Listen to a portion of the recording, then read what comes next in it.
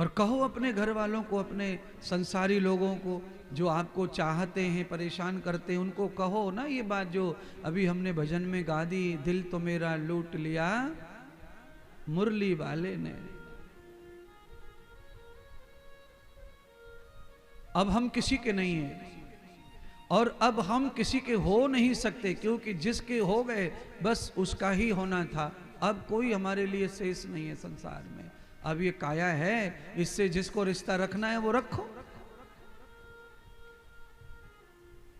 भगवान श्री सुखदेव जी ने राजा परीक्षित को मनोहर मोहन मनमोहन चितचोर परमात्मा की इस पावन कथा को सुनाकर ये सिद्ध कर दिया कि आज भगवान की वांसुरी से भी गोपियों को भक्ति का ज्ञान प्राप्त हुआ, संसार से वैराग्य हो गया गोपियों को।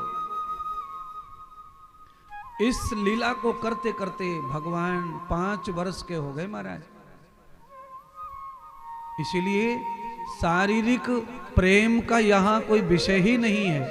भगवान की शरीर की आयु 5 वर्ष है।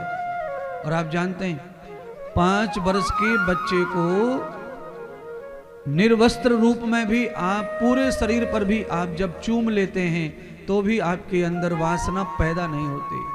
उपासना ही रहती है, प्रेम ही रहता है, वात्सल्य ही रहता है, अनुग्रह ही रहता है और आपका मन पूर्णतः पवित्र होता है। ये अवस्था है कृष्ण जी की। उस अवस्था में गोपियां निकट भी कितनी भी होंगी तो भी दोषी नहीं है गोपियां, क्योंकि उस अवस्था में दोष पैदा ही नहीं होता है।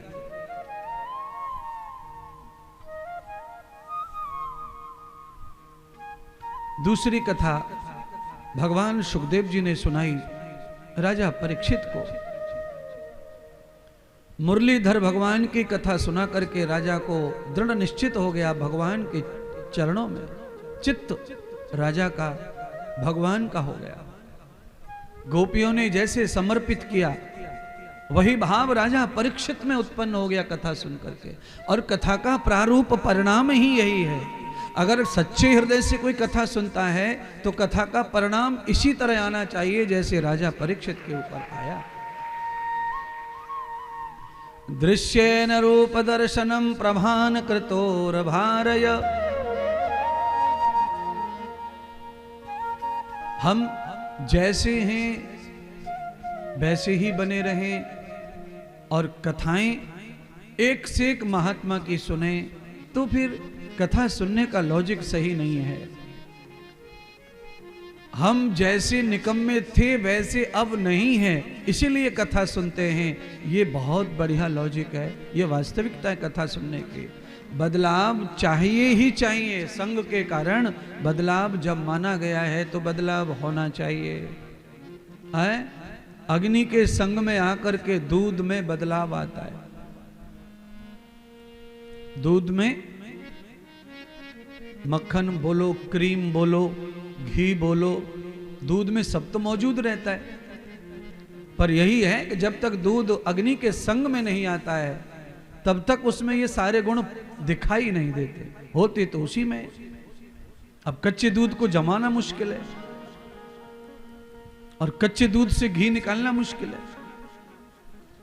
कच्चे दूध से घी निकालने की प्रक्रिया है तो सही, उसका क्रीम खींच लेते हैं, पर क्रीम खींचने के बाद भी अग्नि का संग तो करना पड़ता है, क्रीम को भी तपाना ही पड़ता है, उसको भी जमाना पड़ता है। तो प्रक्रिया के साथ में सहजता से जो चीज बनती है वो अलग है। क्रीम का घी 800 रुपए किलो आ रहा है और दूध से मक्खन बनाकर जमाकर दही बनाकर चलाकर निकालने वाला घी 2000 रुपए किलो आ रहा है। घी तो उसी दूध से आया है पर प्रक्रिया बदल दी, प्रोसेस बदल दिया। क्रीम का घी 800 रुपए किलो, उसी दूध का घी है, ओरिजिनल है बिल्कुल, और वही दूध वही दही और चलाकर मथनी से लौनी निकालकर वो 2000 रुपए लो। इतना फर्क है, अंतर है। क्यों? दही से मक्खन जो निकलता है उस घी में जो पावर और जो तेज होता है वो क्रीम के घी में कभी होने वाला नहीं है। क्रीम का घी महीना 2 महीना चलेगा, खराब होगा, बदबू आएगी, और दही का घी सालों सालों तक चलता है, खुशबू बढ़ती जाती है, खुशबू, बदबू नहीं, खुशबू, इतना फर्क है। चेहरे पे लगा लो, चेहरा एकदम तेज से भर जाता है।